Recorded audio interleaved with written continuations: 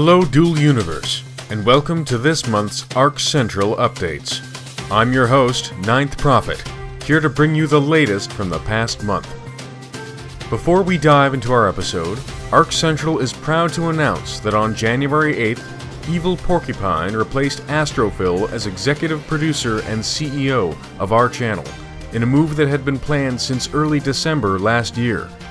Evil Porcupine has been a long-standing member of the news team as a writer for the Development Updates segment. After showing multiple instances of his talents, Teraya has also replaced Code24 as the new chief editor for our content after joining the team in late 2018. Both replacements were motivated by IRL priorities held by Astrophil and Code24. Now, onto our development updates for Dual Universe. Starting off this month, NovaQuark has continued to open Dual Universe servers for increasing amounts of time throughout January, with two 48-hour tests and a 72-hour test taking place, along with the second half of DU's winter test lasting for over 2 weeks, running through the beginning of January. You can find the dates of any upcoming tests on the Dual Universe website, which will be in the description below. Along with these tests, NovaQuark's Dynamic Construct competition closed, with around 100 entries on the 14th of January, with an update covering the winning constructs expected from NovaQuark around the end of January, going into the start of February. If the winners have been announced during the final stages of production for this episode, or shortly after its release, expect to find the results in the comments below. On the 10th of January, NovaQuark released the current extent of Dual Universe's soundtrack to their YouTube channel, along with a video documenting the creation of the soundtrack, hosted by the audio lead for Dual Universe, Maxime Ferrieux. In total, 11 tracks with around 45 minutes of audio were released simultaneously. On the 18th of January, the French gaming magazine, Jeux Online, published another article interviewing Theo Maudet, a producer at NovaQuark. This interview covered the first alpha tests for Dual Universe, which we find out were attended by thousands of players who had quickly established an in-game economy as part of the emergent gameplay Dual Universe offers, despite the relatively limited scope of features currently available compared to what is planned for final release. The interview also reveals what is currently being focused on by the developers at NovaQuark, with Theo stating that features such as social interaction systems and player progression features, including the much-anticipated skill system, are a priority, along with bug fixing in preparation for Alpha 2. Finally, this month also saw a few Trello updates for Dual Universe. Many features were moved to show them as completed, including several quality-of-life changes such as confirmation pop-ups for Lua auto-configuration for constructs, keeping linked containers joined to player inventories across sessions, and waypoint markers showing on the edge of a player's screen if it is out of their field of view. The Trello board can be found in the description for a full log of changes. That's all for our January development updates. Now over to community updates.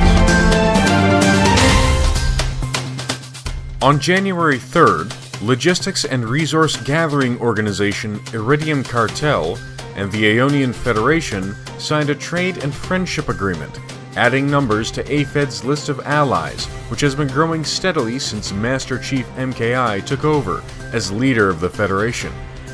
Later that day, the United Empire's Zelovus continued his efforts at disrupting several organizations by briefly swearing allegiance to New Genesis's leader, the Master Architect, before the Religious Order of Space Crusaders denounced him as a conspirator and heretic.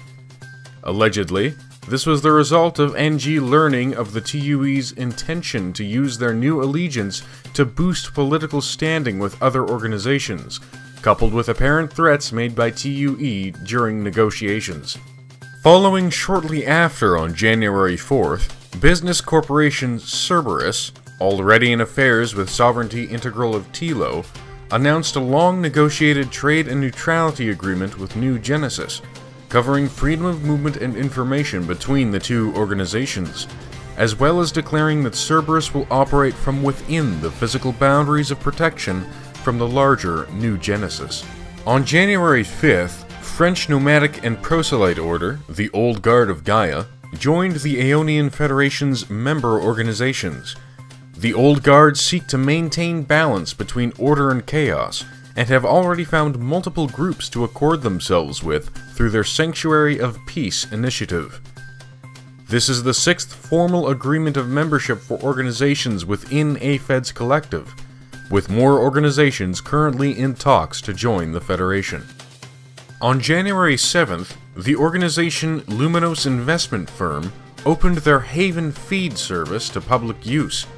The managers of the Haven establishment, previously known as the Blue Moon Tavern, are using webhooks in order to transfer Dual Universe updates straight from several feeds to the Discord servers, choosing to utilize their service.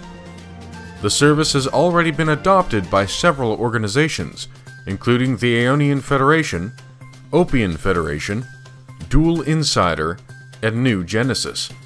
The feed includes Dual Universe's YouTube and Twitter accounts, and JC Bailly's Twitter account, as well as content from Arc Central, Dual Insider, Spartancast, Outpost Zebra, and Spaceship Drama. On January 8th, French organization Delta Confederation, builders of the Quanta City project, signed an agreement with the Federation Alpha. Their previous accord with the Aeonian Federation, made back in May 2018, was also rewritten on new terms, following the recent change of leadership at AFED's top rungs. Unfortunately, the details of these two agreements were unable to be obtained. On January 13th, Silverlight Industries restructured their existing sections into production, logistics, operations, and security, following the recent stepping down of Downer and Canimus. Both will continue membership with Silverlight, and allegedly have only stepped down due to their personal time restrictions.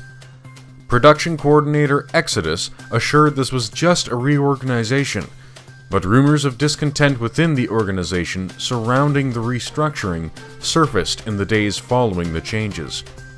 Whether anything comes of these rumors is yet to be seen.